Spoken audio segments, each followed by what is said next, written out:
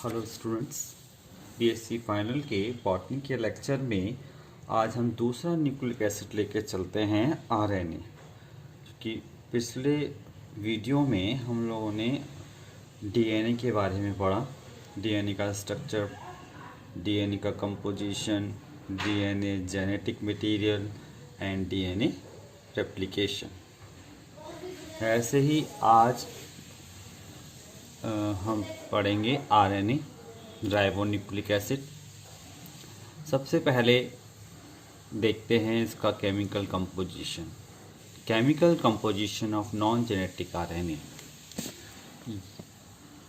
वह ऑर्गेनिज्म जिसमें genetic information DNA में पाई जाती हैं, उनमें different genetically control function different type के राइबोन्यूक्लिक एसिड द्वारा किए जाते हैं, जिसे नॉन जेनेटिक आरएनए कहते हैं। कुछ प्लांट वायरसेस जैसे TMV, wound tumour virus, animal virus, bacteriophage व MS2 में आरएनए जेनेटिक मटेरियल होता है। मतलब कि जब किसी भी सेल के न्यूक्लियस में डीएनए और आरएनए दोनों ही प्रेजेंट हैं, तो उस दौरान डीएनए जेनेटिक मटेरियल होगा और आरएनए नॉन जेनेटिक मटेरियल होगा। ऐसी कंडीशन यानी कि डीएनए के प्रेजेंस में केवल डीएनए ही जेनेटिक मटेरियल होता है, और ऐसी कंडीशन जहाँ पर जेनेटिक मटेरियल आरएनए हो तो वहाँ पर डीएनए एब्सेंट होगा। जैसे कुछ राइबो वायरसेस हैं जिसमें जेनेटिक मटेरियल आरएनए होता है। नॉन जेनेटिक आरएनए की सिंथेसिस के लिए डीएनए मॉलिक्यूल टेम्पलेट की तरह कार्य करता है। Chemically non genetic RNA DNA के समान ही होता है, केवल उसमें कुछ अंतर होते हैं जो निम्न हैं। डीएनए के डीऑक्सीराइबोस के स्थान पर आरएनए में राइबोस शुगर पाई जाती है। इसी अंतर के आधार पर इसका नाम आरएनए पड़ा। दूसरा, डीएनए में पाए जाने वाले नाइट्रोजन बेस थायमिन के स्थान पर आरएनए में यूरेसिल नाइट्रोजन बेस पाया जाता है। बहुत इंपॉर्टेंट अंतर है इसका ये। डीएनए में यूरेसिल के स्थान पर थायमिन की प्रेजेंस उसको अतिरिक्त स्टेबिलिटी प्रदान करती है। यूरेसिल का काम क्या है एक्चुअल में, ये इसको ज़्यादा स्टेबल करती है क्योंकि सिंगल स्ट्रैंडेड होता है। आरएनए केवल एक पॉलीपेप्टाइड चेन का बना होता है, अर्थात सिंगल स्ट्रैंडेड होता है। यदि हम कुछ राइबो वायरसेस को हटा दें, कुछ राइबो वायरसेस में पाया जाने वाला जो आरएनए होता है वो डबल स्ट्रैंडेड होता है, बाकी जो आरएनए होगा वो सिंगल स्ट्रैंडेड होगा। स्थायी होने के कारण डीएनए जेनेटिक इंफॉर्मेशन के स्टोरेज के लिए अधिक उपयुक्त है, परंतु आनुवांशिक सूचनाओं के प्रवाह के लिए आरएनए ज़्यादा उपयुक्त है कि जो उसका जो फ्लो होता है यूनिडायरेक्शनल इंफॉर्मेशंस का, वो आरएनए के थ्रू ही होता है।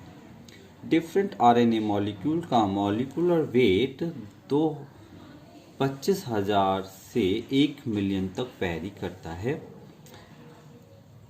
और यदि हम इसमें राइबोन्यूक्लियोटाइड्स की या साइट्स की बात करें तो इसमें भी डीएनए के समान 4 प्रकार के न्यूक्लियोसाइड्स और न्यूक्लियोटाइड्स पाए जाएंगे।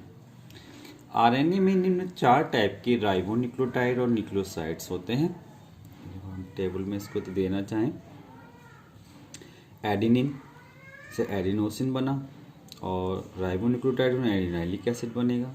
ग्वानिन से ग्वानोसिन बना और ग्वानिलिक एसिड बनेगा। साइटोसाइन से साइटिडिन बना और साइटिडाइलिक एसिड बनेगा। यूरेसिल बना और यूरोडाइन बना और यूरोडाइलिक एसिड बनेगा, न्यूक्लियोटाइड है। बाकी के जो स्ट्रक्चर्स थे मैंने आपको डीएनए के बाकी के जो नाइट्रोजन बेसिस थे वो आपको डीएनए में डिस्क्राइब की। यूरेसिल का जो मॉलिक्यूलर स्ट्रक्चर होता है वो इस प्रकार होता है। आरएनए अणु सिंगल स्ट्रैंडेड होता है, मे बी डबल स्ट्रैंडेड, परंतु डीएनए अणु की तरह कभी भी हेलिकल नहीं हो सकता। Single stranded DNA genetic material के रूप में प्लांट वायरस, एनिमल, टीएमबी तथा बैक्टीरियोफाज में पाया जाता है। Non genetic RNA except tRNA को छोड़कर सिंगल स्ट्रैंडेड आरएनए मॉलिक्यूल होते हैं। Double stranded non helical RNA genetic material के रूप में पाया जाता है। आरएनए का प्रत्येक स्ट्रैंड पॉलीन्यूक्लियोटाइड का होता है जो बहुत से राइबोस फॉस्फेट के डाइस्टर बॉन्ड द्वारा जोड़ने से बनता है। वह ऑर्गेनिज्म जिसमें केवल आरएनए पाया जाता है वह जेनेटिक होता है आरएनए, जबकि वह ऑर्गेनिज्म में डीएनए व आरएनए दोनों होते हैं उसमें डीएनए जेनेटिक मटेरियल होता है। इस प्रकार ये इनके बीच की जो बॉन्डिंग है डाइस्टर बॉन्ड की, एसिड डाइस्टर बॉन्ड बनता है फॉस्फेट से।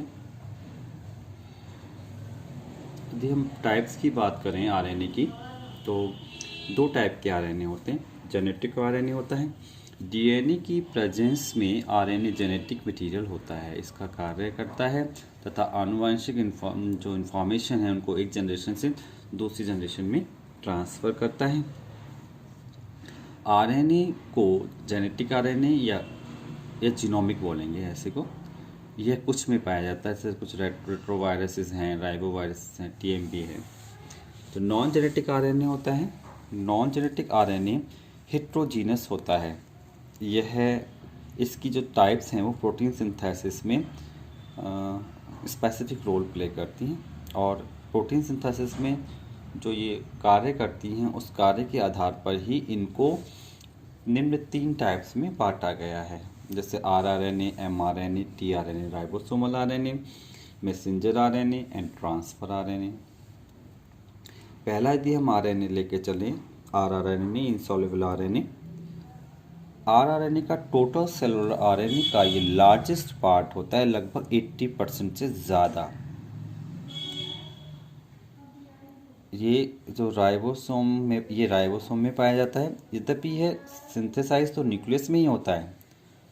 इसके अणु सिंगल पॉलीन्यूक्लियोटाइड के स्ट्रैंड होते हैं जो अनबाउंड तथा फ्लेक्सिबल होते हैं।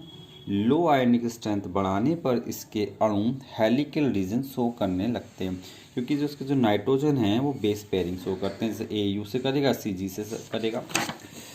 यूकैरियोटिक सेल्स में निम्न 4 प्रकार के आरएनए पाए जाते हैं, 28S आरएनए और 5S RNA, 20S RNA, 10S RNA, 5S RNA और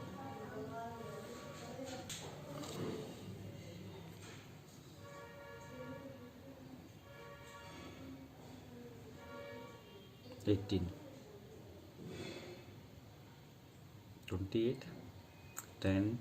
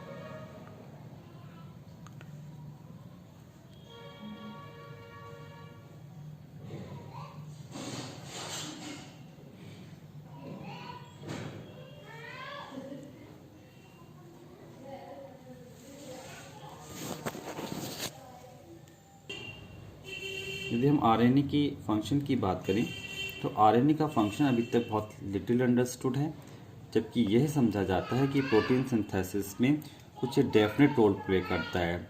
इसके अलावा ये टीआरएनए को राइबोसोम की बड़ी सब यूनिट से जोड़ता है तथा एमआरएनए को राइबोसोम की स्मॉल सब यूनिट से जोड़ता है। इसकी खोज कुंड्स ने की थी। यह मोर स्टेबल फॉर्म होती है, जो आरआरएनए होता है वो मोस्ट स्टेबल फॉर्म होती है। अब दूसरा यदि हम लेकर चलेंगे, दूसरा टाइप, तो वो है एमआरएनए। एमआरएनए की खोज हक्सले, वॉल्किन तथा एस्ट्राचन ने की थी। एमआरएनए का नाम जैकब तथा मोनार्ड ने दिया। यह टोटल सेलुलर आरएनए का 1 से 5% पार्ट होता है। एमआरएनए की फॉर्मेशन न्यूक्लियस में जेनेटिक डीएनए से होती है। इस क्रिया को ट्रांसक्रिप्शन कहते हैं। जैकब तथा मोनार्ड ने 1961 में एमआरएनए का उपयोग प्रोटीन सिंथेसिस के समय इंफॉर्मेशन को डीएनए से आरएनए तक राइबोसोम ले जाने के लिए किया था। प्रोटीन सिंथेसिस के कारण इसे टेम्पलेट आरएनए भी कहते हैं। एमआरएनए अणु में यदि हम देखें तो निम्न स्ट्रक्चर्स फीचर्स में पाए जाते हैं कि उसके जो स्ट्रक्चर्स में क्या क्या चीज़ें पाई जाएंगी। तो उसके स्ट्रक्चर को यदि हम देखें तो उसमें cap, non coding region first, initiation codon, coding region, non coding termination codon, non coding region second, ये और लास्ट में पाई जाती है टेल। तो इसको देख करके हम देखें तो कैप, आरएनए अणु के 5' एंड पर एक कैप पाया जाता है। मोस्टली यूकैरियोटिक सेल तथा एनिमल वायरसेस में पाया जाता है। इसके बाद का जो रीजन है वो नॉन कोडिंग रीजन फर्स्ट कहलाएगा। कैप के बराबर में 10 से 100 न्यूक्लियोटाइड का बना हुआ एक रीजन होता है। ये रीजन एडेनिन तथा यूरेसिल में रिच होता है। यह रीजन प्रोटीन ट्रांसलेट नहीं कर पाता, इसलिए इसको नाम दिया नॉन कोडिंग रीजन फर्स्ट। इसके बाद इनिशिएशन कोडॉन स्टार्ट होता है। प्रोकैरियोटिक तथा यूकैरियोटिक सेल दोनों में ये AUG होता है। बात है कोडिंग रीजन। यह रीजन 1500 न्यूक्लियोटाइड का बना हुआ होता है तथा प्रोटीन सिंथेसिस के लिए इसमें जो प्रोटीन सिंथेसिस के लिए कोड इसमें होते हैं। फिर आ जाता है टर्मिनेशन कोडॉन। ट्रांसलेशन को टर्मिनेट करने, खत्म करने के लिए mRNA में टर्मिनेशन कोडॉन पाए जाते हैं। और यूकैरियोट में जो टर्मिनेशन कोडॉन है वो निम्न प्रकार के होते हैं। एक तो UAA, UAG तथा UGA। इसके बाद रीजन आता है नॉन कोडिंग रीजन। यह लगभग 50 से 150 न्यूक्लियोटाइड का बना हुआ रीजन है। ये प्रोटीन ट्रांसलेट नहीं कर पाता, इसको नॉन कोडिंग कहेंगे। इस रीजन में AAU तथा AAA सीक्वेंस पाया जाता है। ये सभी ऑर्गेनिज्म में पाया जाता है। टेल, mRNA के 3' एंड पर पॉली A सीक्वेंस पाया जाता है जो इनिशियली 200 से 250 न्यूक्लियोटाइड का बना होता है, परंतु एज के साथ साथ छोटा होता रहता है।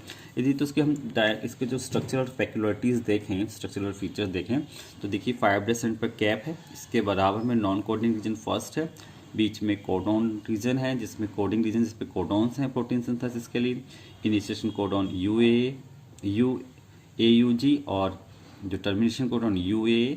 इसके बाद नॉन कोडिंग रीजन फिर से आ जाता है और लास्ट में होती है टेल। यदि हम इसके फंक्शन की बात करें, mRNA राइबोसोम से मिलकर पॉलीराइबोसोम या पॉलीसोम बनाता है। प्रत्येक पॉलीसोम में बहुत से राइबोसोम मिलकर एक mRNA कॉम्प्लेक्स बनाते हैं। mRNA ओवम में पाया जा सकता है। सेल में बहुत अधिक क्वांटिटी में mRNA नहीं पाया जाता क्योंकि mRNA कॉन्स्टेंटली ब्रेक डाउन होता रहता है। यह अपने कंपोनेंट राइबोन्यूक्लियोटाइड में टूटता रहता है और इसके लिए जो टूटने के लिए जो एंजाइम की आवश्यकता होती है वो तो राइबोन्यूक्लियेज एंजाइम।